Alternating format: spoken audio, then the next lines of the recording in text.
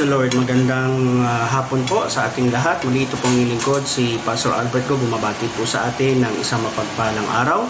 At sa hapon pong ito, nais ko pong talakayin sa inyo ang isang muli na namang talakayin sa ating pong SOL2. Tayo po ay nasa Book 4, Lesson number 8. At pinamagatan po ang ating pag-aaral sa 7th Step for Successful Courtship.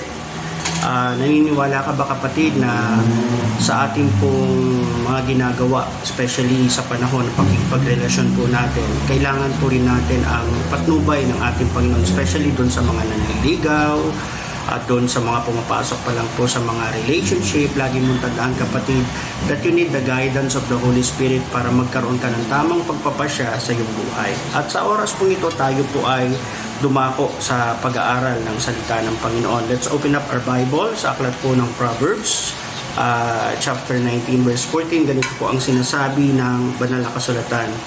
Houses and riches are an inheritance from the Father, but a prudent wife is from the Lord. Ano daw po? Sabi daw po, ang mga tahanan daw po at ang mga kayamanan ay minamana sa mga magulang, subalit ang prudent wife, diba? Yung wife with a noble character, ito daw po ay regalong galing sa Panginoon. So sa pag-aaral po natin, gusto ko pong talakayin natin, unang-una sa lahat, ano ba ang objective ng tinatawag nating pag-aaral natin sa tinatawag nating 7th Step for Successful Courtship. Ang unang objective po dito is this, so that we can understand the value of courtship led by God as a protection for your life. Ibig sabihin, kapag tayo daw po ay naunawaan po natin yung kahalagahan ng panliligaw that is led by God. Sabi dito, yung protection ay mararanasan natin sa ating pong buhay. Also, it is our objective to keep your body until marriage with conviction.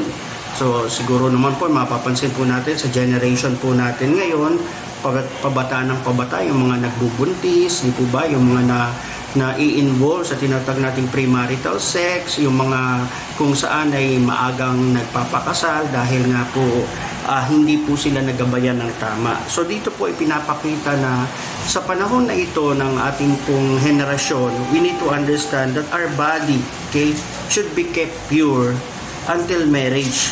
Kumbaga kinakailangan lamang po na yung pong mga nagliligawan, yung mga mag-on, mag-shota, ay kinakailangang maunawaan po ninyo na pumapasok kayo sa relasyon, pero tandaan po natin na ang Holy Spirit po ang siyang magiging gabay natin para from time to time ay hindi po tayo madarang sa anumang uri ng tukso o bugso ng damdamin o anumang uri ng mga pagpapasyang hindi dapat mangyari sa ating pong buhay.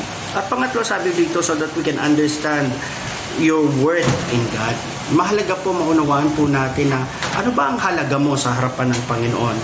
So tayo po'y manalangin sa umaga pong ito. Let's begin to pray right now. Holy Spirit, salamat po because we believe, O Lord, na sa ilalim ng iyong pangunguna at pamamutubay, we can understand the deeper meaning of what we are discussing today, O God. Salamat po, Panginoon, na bawat relasyon ng mga magkatipan at bawat relasyon ng mga mag-asawa ay patuloy na mabibigyan mo, Panginoon, ng linaw mula sa mga pag-aaral na ito. And Holy Spirit, may you speak into our heart and deal us, Panginoon, personally sa aming pong mga sitwasyon, sa aming pong mga buhay. For these things we ask. In Jesus' name we pray. Amen and amen. Okay. So, sa society po natin, ano ba ang standpoint ng society natin? Firstly, ang standpoint ng society natin is this. Relationship are established on the foundation of physical attraction. Ito ba? So, kumbaga, ang unang-unang mapapansin po natin, kadalasan, bakit mo ba ginusto yung boyfriend mo o yung girlfriend mo? Kasi ang unang nakita mo sa kanya, hindi naman puso di ba? Ibig sabihin, ang unang nakita mo sa kanya yung kanyang physical appearance, yung kanyang itsura, yung kanyang katawan, yung kanyang pagmumukha, di po ba? So, meron kang tinatawag nating physical attraction. At sa mundo pong ito rin po ang nagiging batayan ng karamihan. Nasabi nga po, it's very easy to establish an emotional relationship. Paano ba yun? Yung bang Sa panahon ngayon, nagkatitigan lang, MU na sila, di ba? Yung yung iba naman po, digital relationship, ano ba yun? Sa text nagligawan, sa text nagkasagutan, at sa text din nag-break up, diba? Ang tawag doon, digital relationship, okay? Yung iba naman po, because of this, mapapansin po natin due to lack of maturity, yung mga young people po na expose po sa tinatawag po nating emotional wounds or emotional hurts sa kanilang mga buhay. Why? Kasi nga po, because they are not ready to handle itong mga pressures ng mga relationship. Ang nangyayari po kadalasan ay maraming mga kabataan, yung emosyon po nila ay napaglalaruan, yung emosyon po nila ay nasasaktan, yung emosyon po nila ay nasisira. Kaya po marami makikita po natin pag tinanong mo, kumusta ka na? Ang iba sinasabi slightly used but totally damaged. Yung iba naman po, they easily lost their virginity. Bakit po? Kasi nga po nahulog doon sa emosyon. At yung iba naman po, they easily change relationship as if na para bang nagpapatit lang sila ng damit, di ba? Yung bang boyfriend ngayon, bukas iba na naman ang boyfriend. Girlfriend ngayon, bukas iba na naman ang girlfriend, di ba? Pero ano po ba yung biblical standpoint na dapat na maunawaan ng bawat isa sa atin?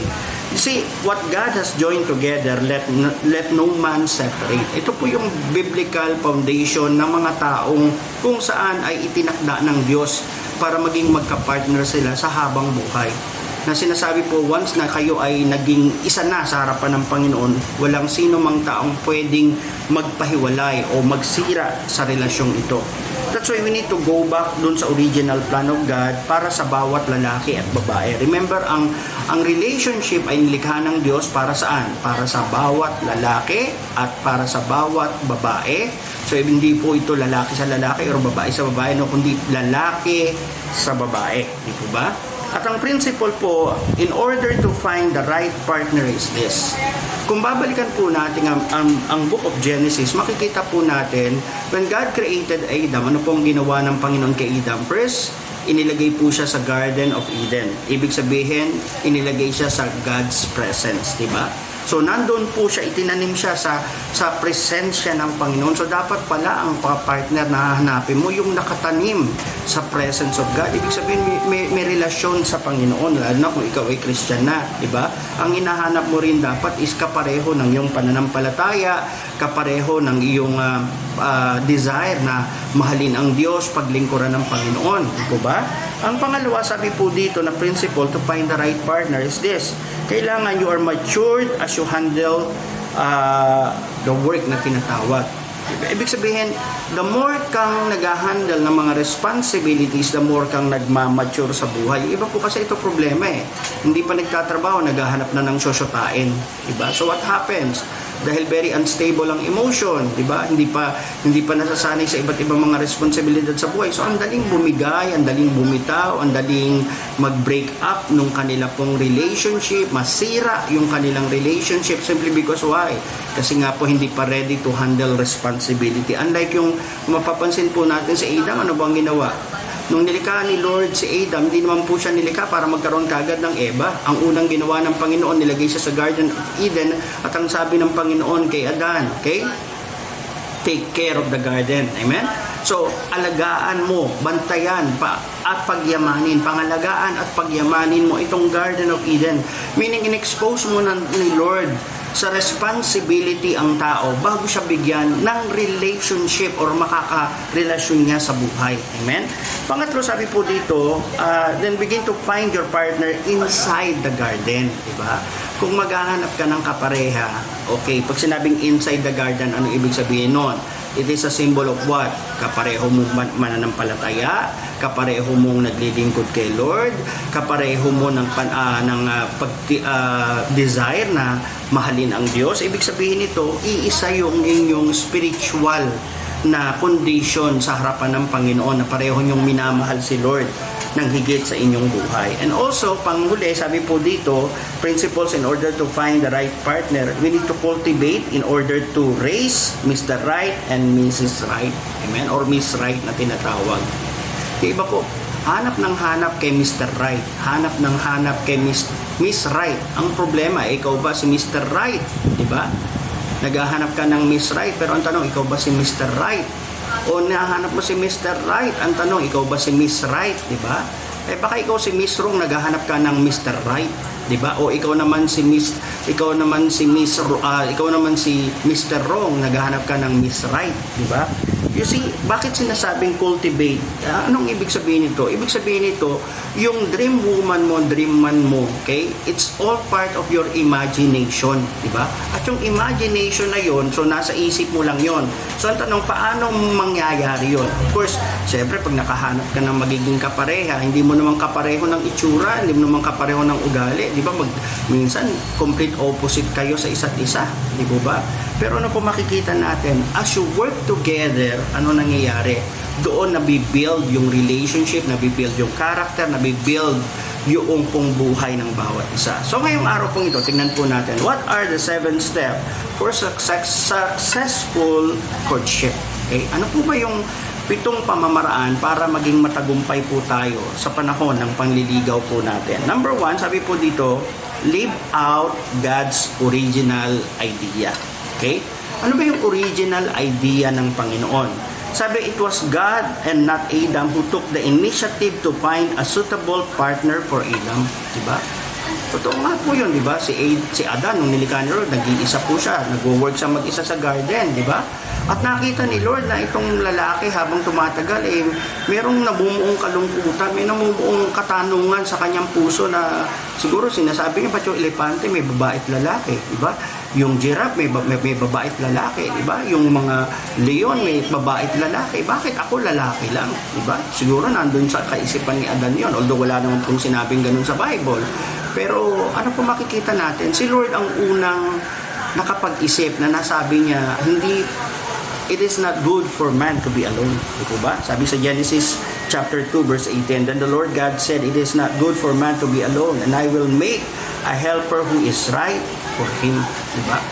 Nakita ni Lord na si Adan nag-iisa, walang kapareha. So sabi ni Lord, gagawa ako ng makakapareha ng lalaking ito. Amen? Hindi po pwedeng nag-iisa itong mga lalaki ito. So anong ibig sabihin nito? Na sa panahon na ito, yung salitang isolation, di ba? Si Lord ang gagawa ng paraan para alisin ka doon sa isolated kind of life. Yung bang lagi ka nang nag-iisa. Sabi nga, may kasabihan tayo, no man is an island, di po ba?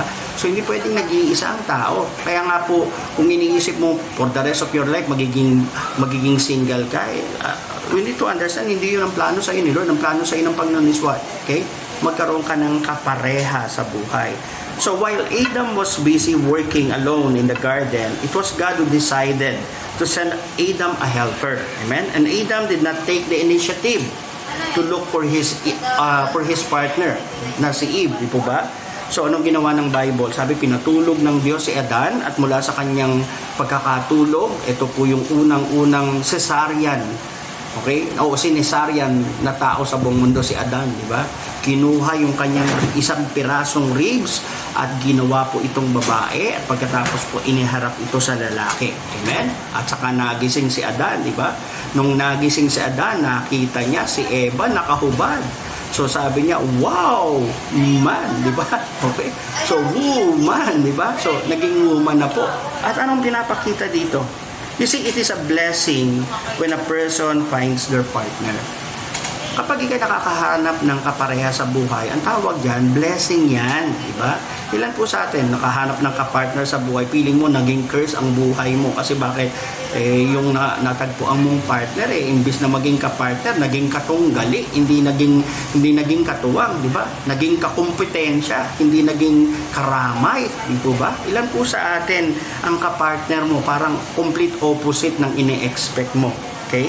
Pero ano po sabi sa Bible? Houses and riches, sabi sa Proverbs 19 verse 14, houses and riches are inheritance from fathers, but a prudent wife is from the Lord. Meaning, you need to understand this. Yung iba po kasi iniisip, dapat makasal na ako kasi matanda na ako, dapat makasal na ako kasi settled na yung buhay ko, maayos na ako, may ipon na ako, marami na akong na-prepare, di ba? But you see, getting married is not the important thing, but getting married as a result of God's will is the important thing.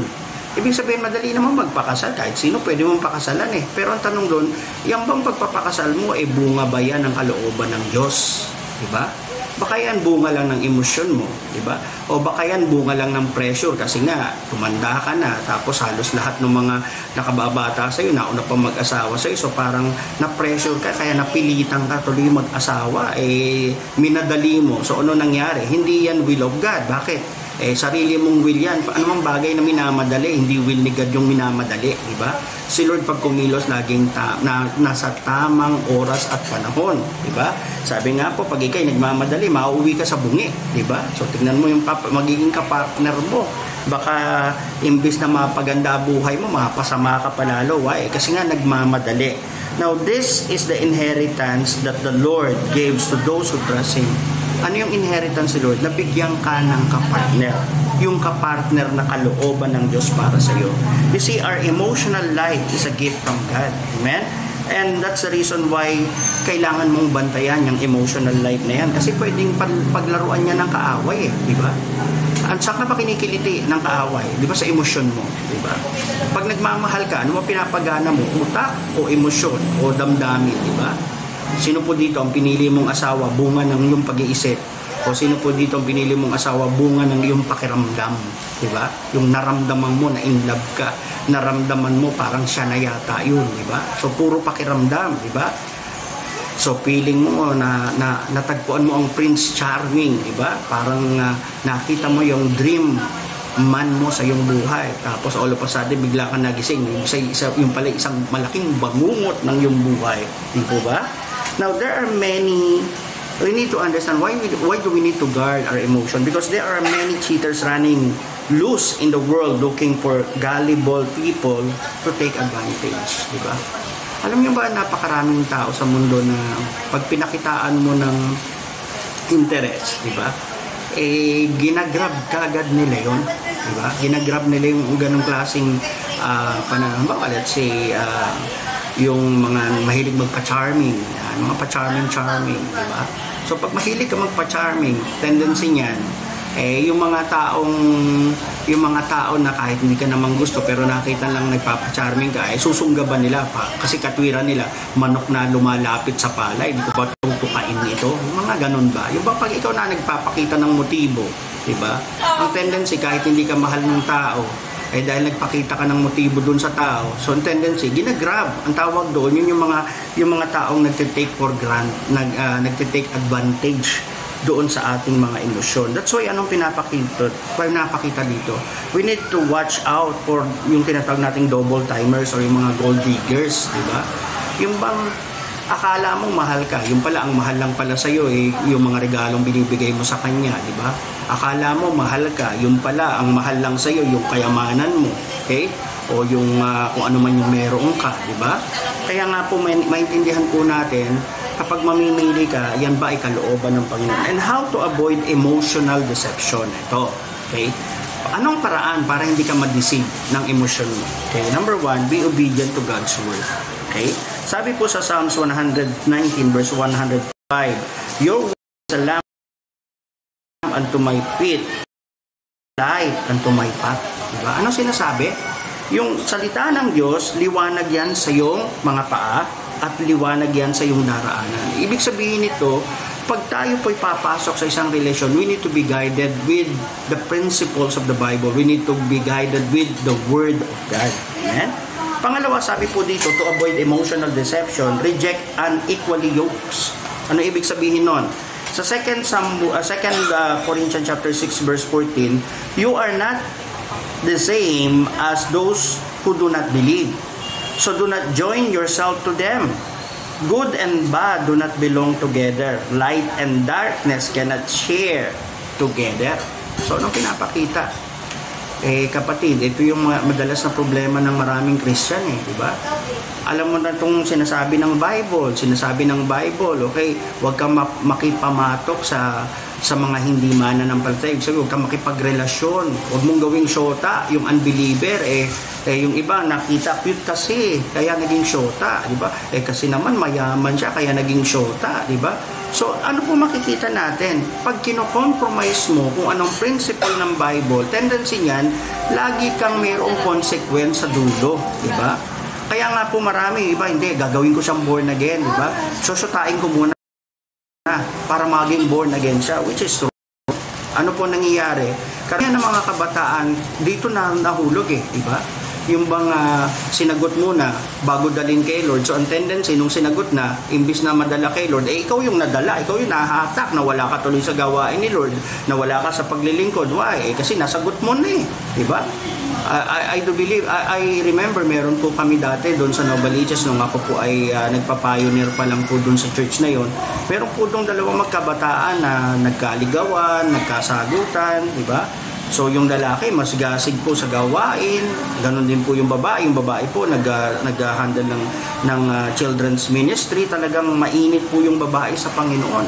Pero nung ikinasal na po sila, nagulat po yung babae kasi sabi nung lalaki, simula ngayon, pinipigilan na kitang umattend dyan sa church ni Pastor Abet o dyan sa mga born again churches na yan dahil asawa na kita, ako na ang masusunod. Amen?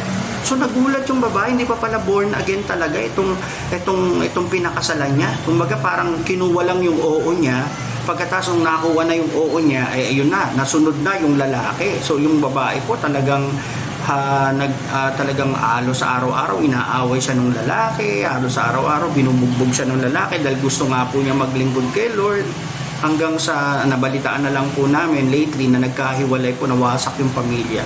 Di po ba? Why?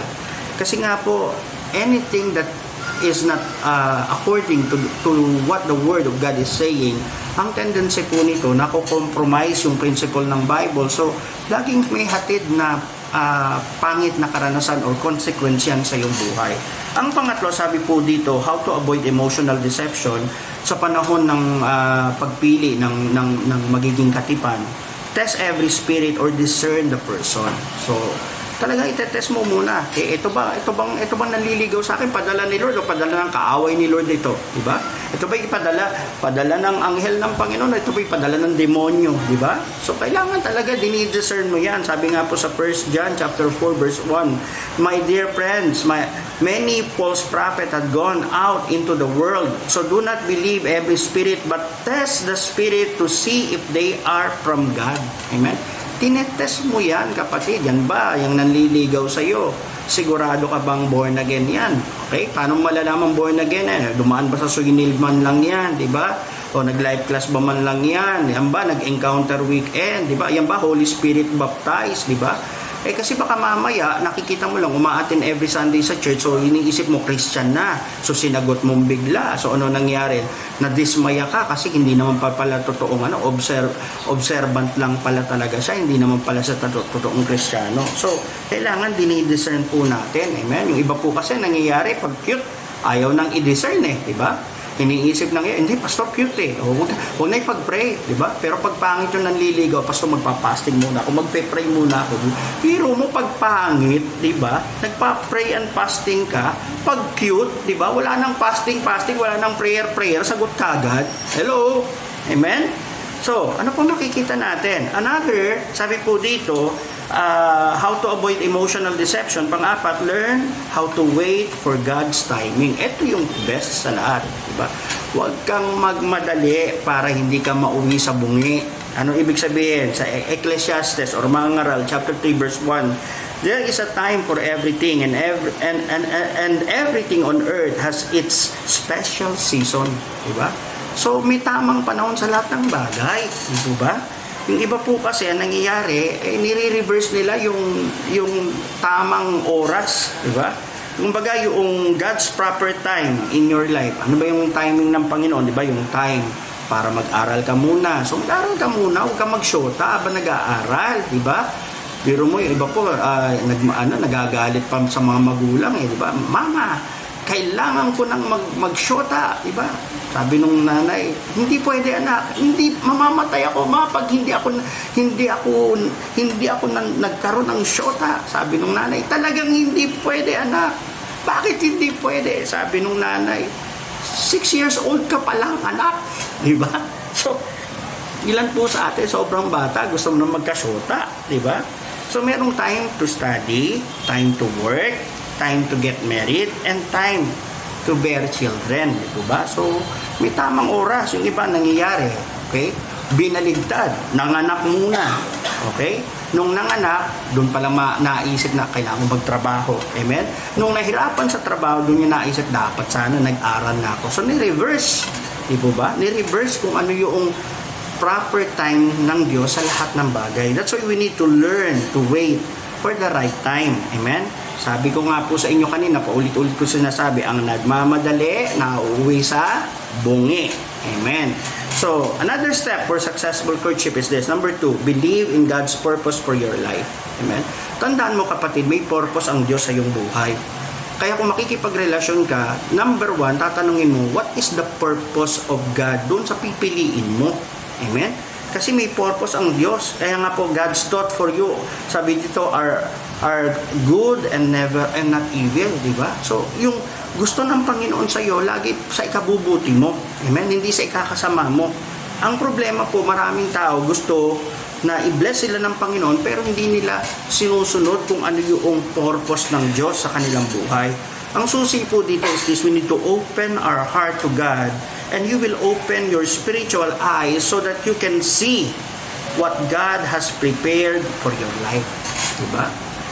Yung iba po kasi ang problema ito hindi mo pumipili ka ng makakarelasyon nang hindi mo muna ino-open kay Lord ang iyong puso doon sa mga bagay na ginugusto mo.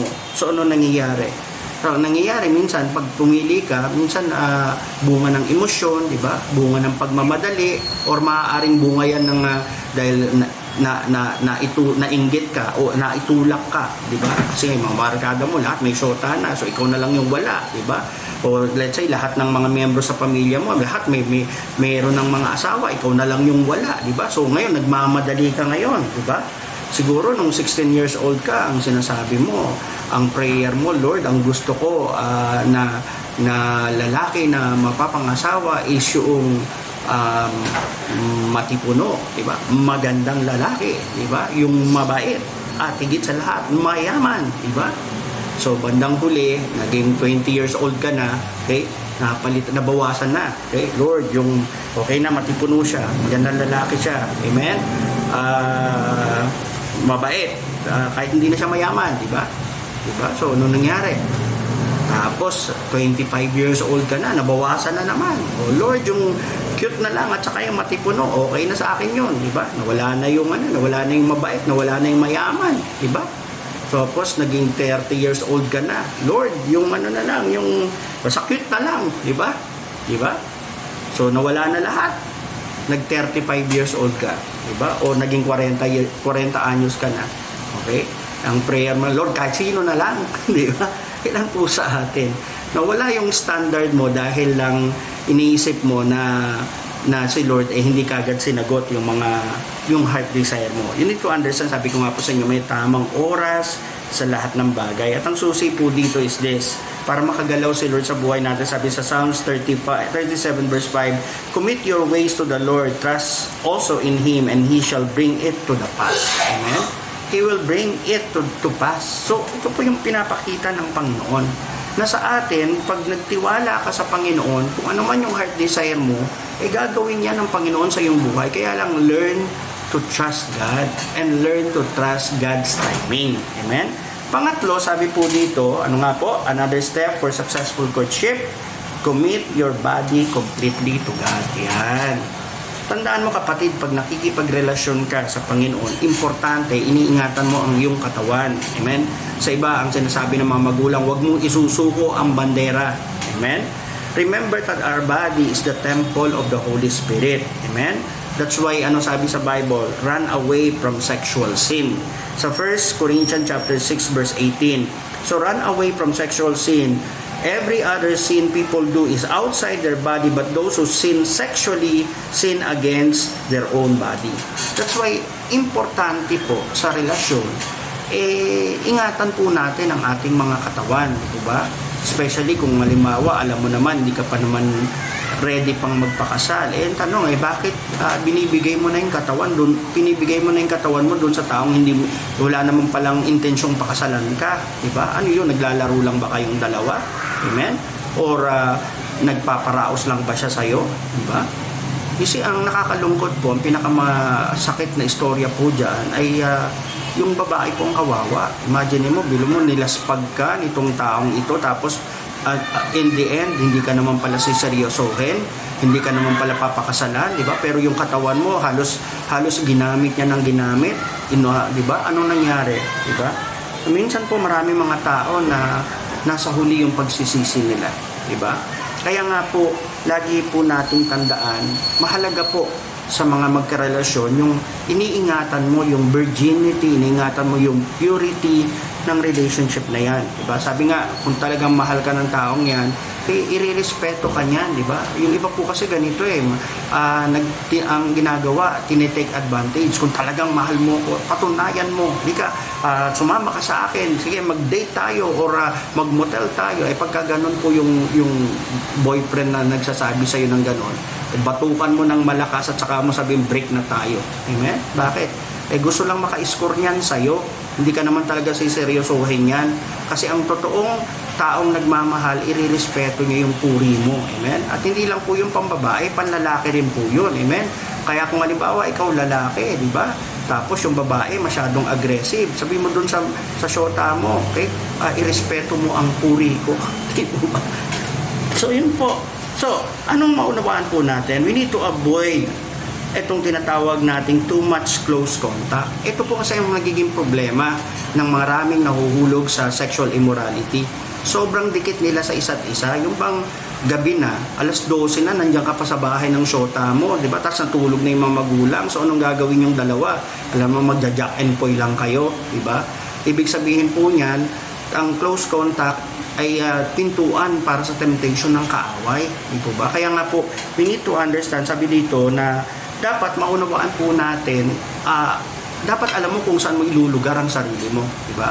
Pag oras ng bisita, umakyat ng ligaw, meron ba naman umakyat ng ligaw nasa loob ng kwarto mo? Ano yun, nanliligaw pa ba yun? O nag-honeymoon na kayo? Amen? O ilan po dito sa atin, mga magulang, pinapayagan nyo yung boyfriend ng anak nyo, nagkukulong silang dalawa doon sa kwarto nung anak mo, okay? Pagka ikaw yung magulang na ganun, konsentidor ka, isang araw masusurpresa ka, 3 months na pala on the way ang anak mo. Bakit? Imaginein mo, unang-una wala kang sinet na room, di ba? Doon sa boyfriend ng anak mo. Pangalawa, hindi mo binantayan yung anak mo. Hindi mo siya binigyan man lang ng tamang gabay. Basta pinabayaan mo lang silang dalawa. What will happen? Gagawin nila kung ano gusto nila. Amen? Tanong, gusto mo bang makatapos ng pag-aaral ang anak mo? Bantayan mo yan, di ba? Hindi po pwedeng alas 12 na, alauna na, nasa kalsada pa yung anak mo, tapos ang anak mo, kadalagang tao. Anong gagawin yan sa labas ng ganong oras, di ba? That's why we need to understand bilang mga magulang, kaya po natin ito pinag-aaralan, hindi lang po ito para sa magsyota, para rin po ito sa mga magulang na nagpapabaya ng mga anak po nila.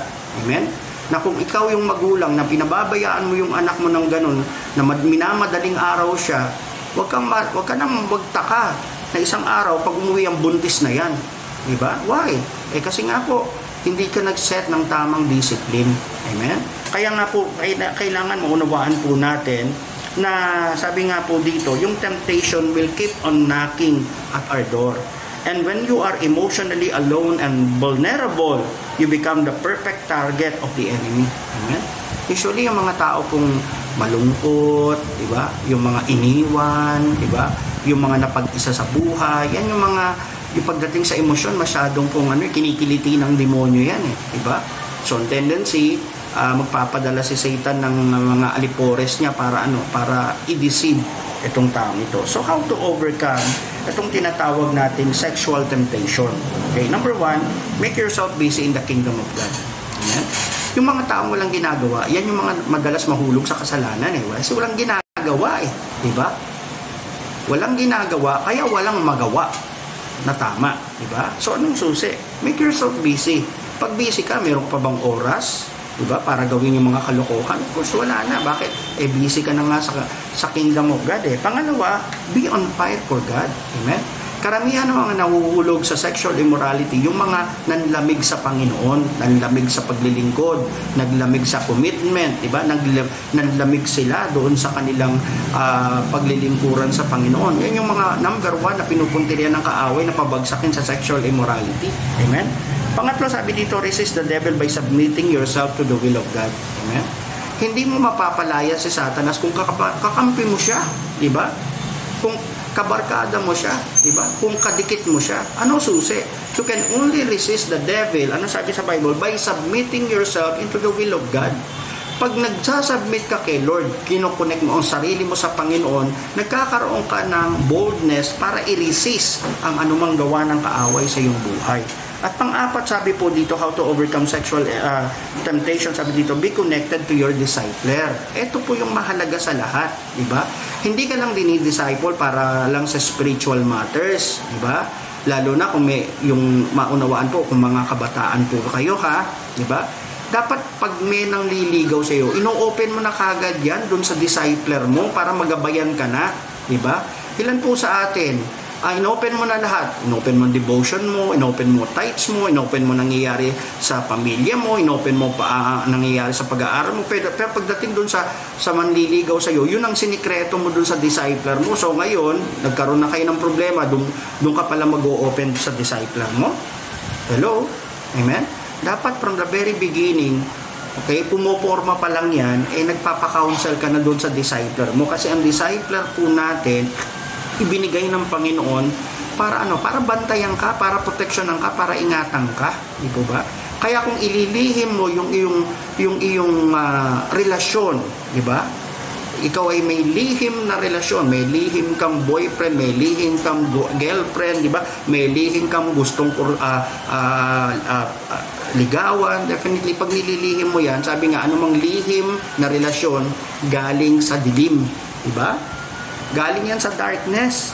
So dapat po, sabi nga, anumang bagay na nasa liwanag, ini-expose niya lahat ang anumang gawa ng darkness. So wala siyang pwedeng ilihim at walang pwedeng maging pintuan ng kaaway sa iyong buhay. Pang-apat, sabi dito, another step, fourth step for successful courtship is this: be prepared for death and resurrection. Ano ba ang ibig sabihin po nito? Sabi po sa John chapter 12 verse 24, most assuredly I say to you, unless a grain of wheat falls into the ground and dies, it remains alone. But if it dies, it produces much grain. Lagi po nating tandaan itong bagay nito. Don't be misguided by the appearance. Amen? Ilan po sa atin nadaya ka sa panlabas na anyo? Diba? Yung bang pag pumili ka, maganda sa paningin, masakit sa puso. Bakit? Diba? Ang cute ng muka, grabe pala, maldita pala sa likod, diba? Okay? Babaero para sa likod, diba? Cute lang siyang tignan sa panlabas, pero hindi pala maayos yung ugali, diba? Kaya nga po dito, sabi po natin dito, don't be misguided by the appearance alone. Ang susi, we need to be cautious and consult God, diba? Kung papasok ka sa relationship, diba? Ang unang tanong dyan, tinanong mo na ba si Lord, diba? Para dyan sa nanliligaw sa iyo, you need to ask God before you enter into any relationship. And yung iba po ang ginagawa po, they pray and fast. Bakit?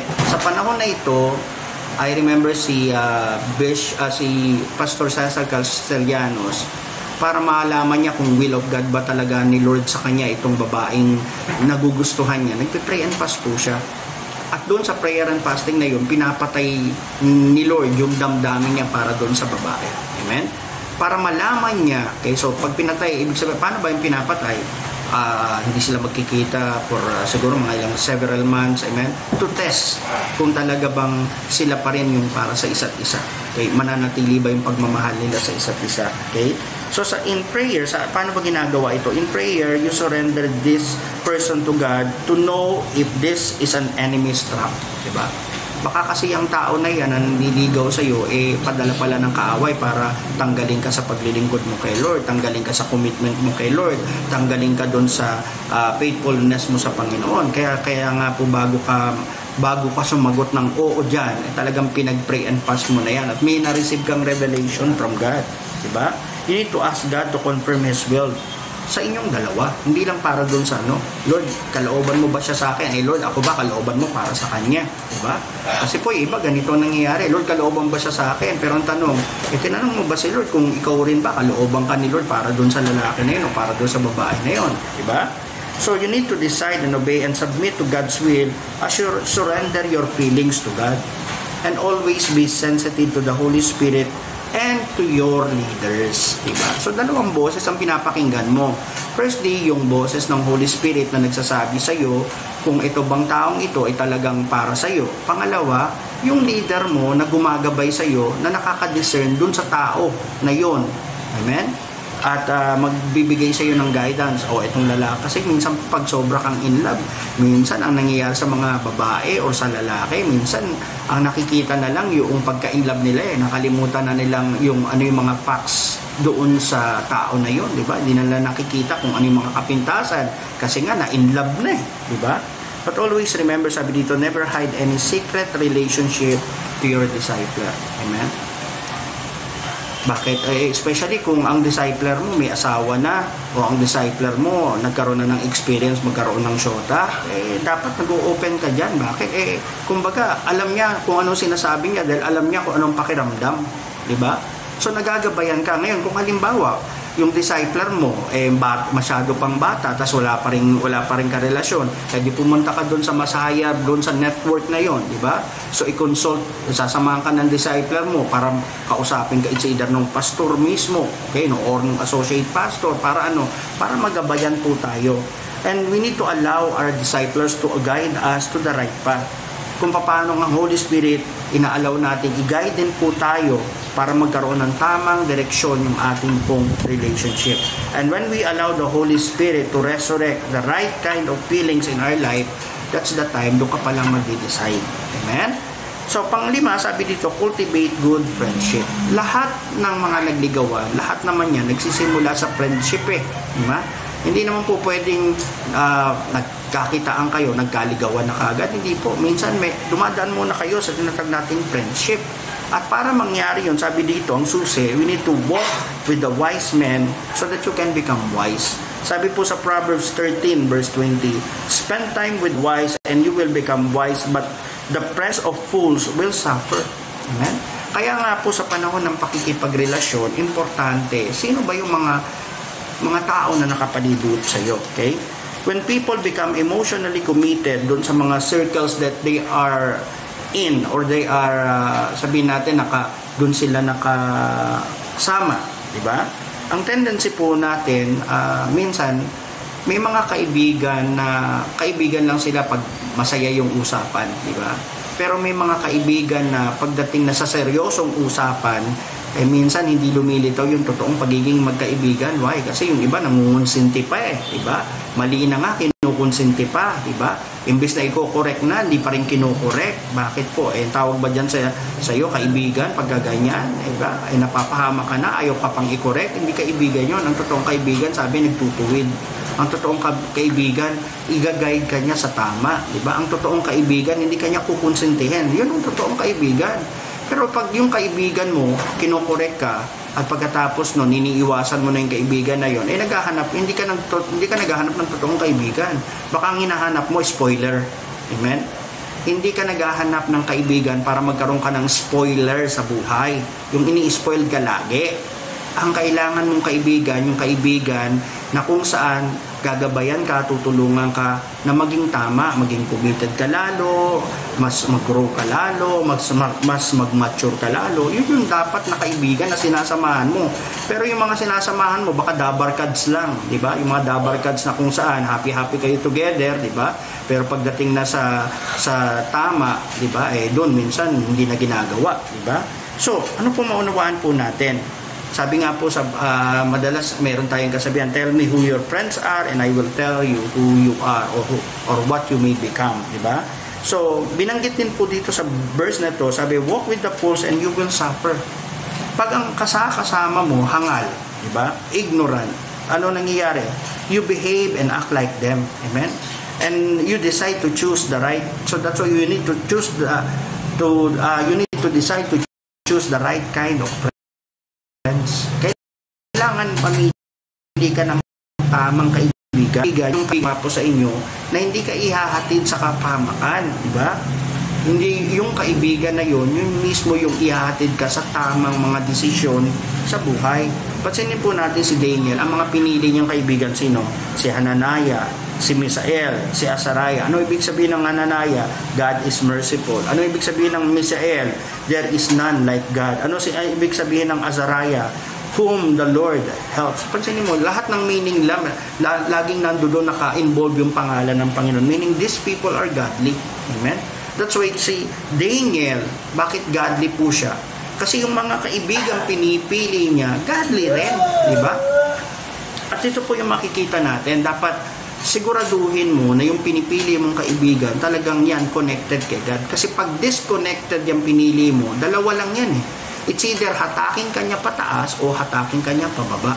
Amen? Kaya ang tanong, ano ba ang kaibigang meron ka? Yung kaibigang naghahatak sa'yo pataas o yung kaibigang hinahatak ka pababa? Diba? So, kailangan maging very discerning ka dyan. Ano pa po? Pang-anim sabi dito, another step for successful courtship, sabi dito, acknowledge your worth. Diba?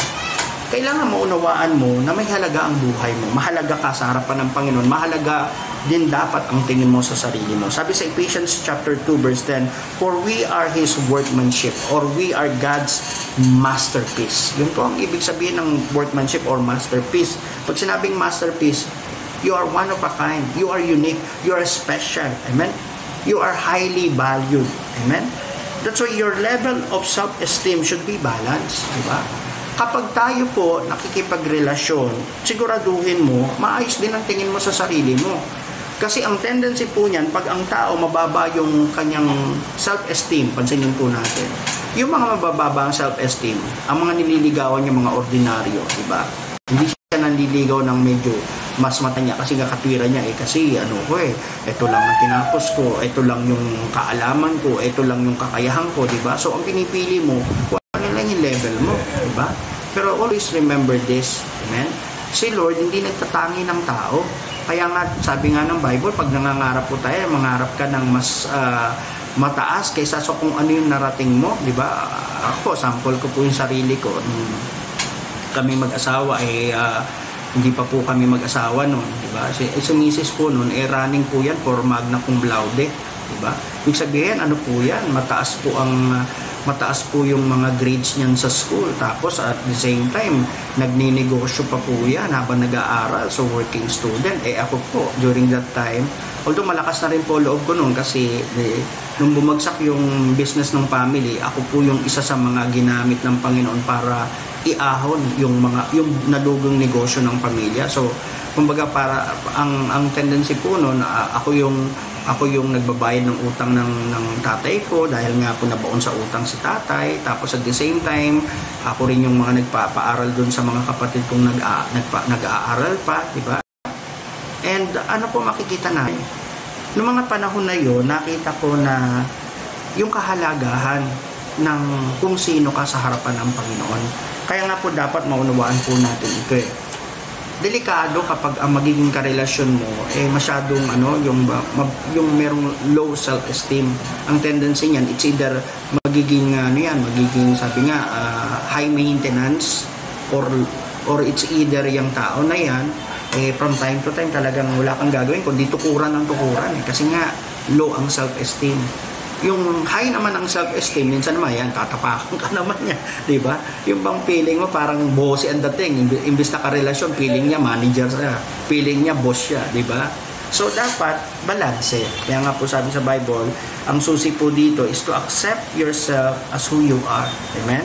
Remember, you are God's masterpiece, so you don't become a copycat of anyone else. Amen? Hindi mo kailangan maging mangopya ng ibang tao para umangat yung level mo.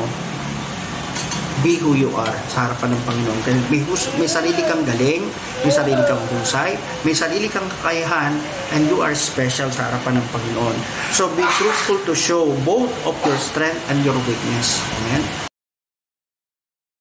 Sabi pakita nyo doon sa kung halimbawa magsyota na po kayo magkarelasyon na kayo, pag puro ganda points at pogi points lang. Minsan kailangan ding makita kung ano yung mga limitations, ano yung mga weakness, bakit? Para matuto kayo mag-adjust sa isa't isa. Amen? At matanggap nyo talaga ng buo ang isa't isa. Yung iba po kasi nangyayari, pagka tinatanggap lang yung magandang bagay Pagdating na doon sa mga pangit na bagay, parang hindi, nagko-close po yung damdamin, di ba? So anong susi? Sabi dito, be truthful to show both of your strength and your weaknesses to one another. Para ano? Para maging totoo talaga kayo sa harapan ng Diyos at sa harapan ng bawat isa. Okay, so purihin po ang Panginoon. Nakita po natin dito sa ating pag-aaral yung tanong po natin kanina na dapat in-include po natin ang Holy Spirit sa lahat ng mga decisions na ginagawa po natin. So bilang pagbabalik-aral po, ano nga po yung 7 steps for successful courtship? So una, binanggit po natin, number 1, we need to live out God's original idea. So alam po natin na kung mamimili ka ng kapartner, dapat kung ano yung original idea ng Panginoon, papaano dinala ng Diyos si Eva kay Adan, so dapat ganun din po. We need to wait on God's perfect time and hayaan po natin si Lord ang gumalaw. Pangalawa, yung sabi po natin na believe in God's purpose for our life. So importante po na yung purpose ng Panginoon, alam natin. Dahil syempre, pag mamimili ka, kasama po dapat sa pinipili mo na yung purpose ng Panginoon para doon sa magiging kapartner mo. No? So pangatlo, sabi natin, we need to commit your body completely to God. Sa relationship po, importante na mini-maintain po natin yung purity para po mabantayan po natin at irespeto po natin yung puri at yung dangal ng bawat isa sa ating pong mga karelasyon. Pang-apat, sabi po natin, be prepared for death and resurrection. So dito po, pag tayo po'y pumipili ng ating kapareha, dumadaan po tayo sa panahon ng prayer and fasting para po talagang malaman natin kung siya nga ba talaga yung kalooban ng Diyos para sa atin.